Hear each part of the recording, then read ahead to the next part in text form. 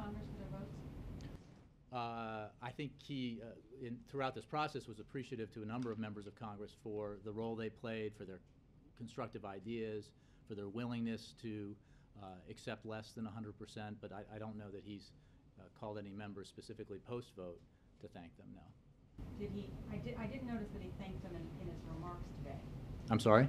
He did not. I noticed he thanked the American people, but I noticed that he didn't thank Congress or congratulate Congress on their work.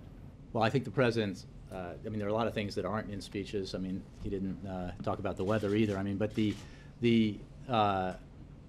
fact is that whether he signs it. But I think I answered that question, that no, he believes that it was a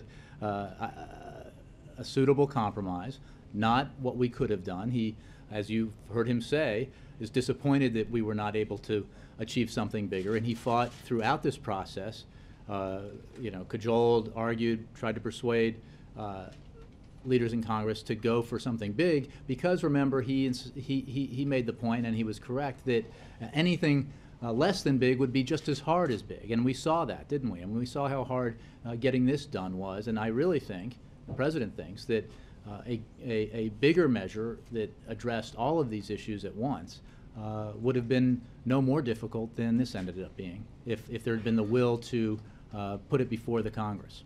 Finally, does the president share the view of Senator Lamar Alexander that these spending cuts included in this do almost nothing to restructure Medicare or Social Security or the long-term deficit drivers? Well, I think that is self-evident in the initial tranche of cuts, because they are limited to discretionary spending, non-defense and defense. The second stage, I mean, it remains to be seen. The second stage will, as the special committee gets set up and begins to take on the task of putting forward a proposal. You know, we obviously believe that, and I think most people believe that the issues that remain to be addressed here are entitlement reform and tax reform.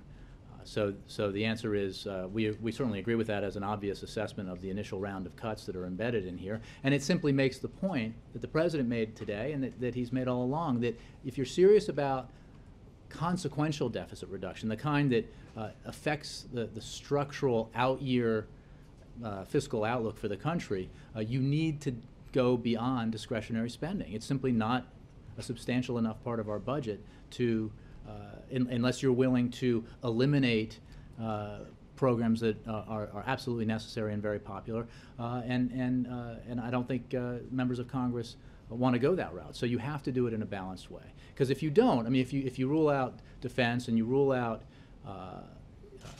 revenues, as the House Republican budget did, you have to do drastic things to Medicare, Medicaid, potentially Social Security. And that's not the right approach, we think, for the American people.